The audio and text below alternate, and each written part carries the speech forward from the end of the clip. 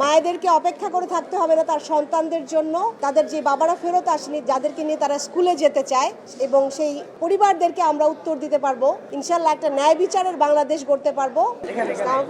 সবাইকে অনেক ধন্যবাদ। আজকে বাংলাদেশের পক্ষের শক্তি হয়ে, বাংলাদেশের হয়ে, এটা অনেক সম্মানের একজন সংসদ সদস্য হিসেবে বাংলাদেশের জন্য কাজ করার সুযোগ পাওয়া, এবং আমাদের মাননীয় প্রধানমন্ত্রী জনাব তারেক রহমান এবং আমাদের বাংলাদেশ জাতীয়তাবাদী দলের মহাসচিব মির্জা ফখরুল ইসলাম আলমগীর, তাদেরকে আমরা আন্তরিকভাবে ধন্যবাদ জানাই এই সুযোগটা আমাদেরকে করে দেওয়ার জন্য।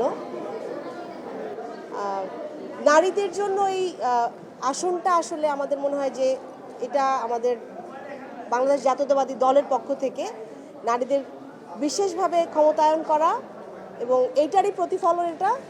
আপনারা বিগত সময় দেখেছেন আমার মায়েরা, আমার বোনরা, আমার সাথে আমার ভাইয়ের সাথে বাকি যারা গুম হয়েছিল তাদের স্ত্রীরা, সন্তানরা কিভাবে আন্দোলন করেছে, এবং সেই আন্দোলনের বিগত 15 বছরের ফ্যাসিজমের পরে আমরা যে জুলাই দেখেছি, সেখানেও অর্ধেকের বেশি মেয়েরাই ছিল।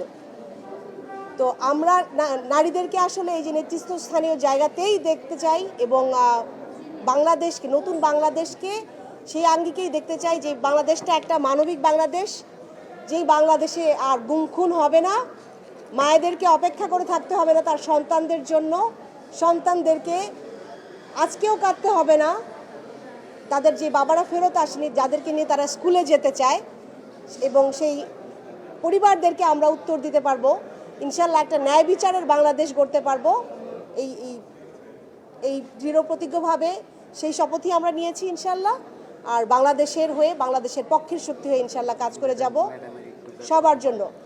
আর অনেক বড় অনুপ্রেরণা আমাদের জন্য, আমি বলবো যারা ফ্যাসিস্টের বিরুদ্ধে আমরা দাঁড়িয়েছিলাম, তাদের জন্য অনেক বড় একটা অনুপ্রেরণা ছিল আমাদের সাবেক প্রধানমন্ত্রী বেগম খালেদা জিয়া। তিনি তখন থেকেই আমাদের পাশে ছিলেন, সাথে ছিলেন, এবং শিখিয়েছেন আপোষ না করতে। ধন্যবাদ আপনাদের সবাইকে। বাংলাদেশ জিন্দাবাদ।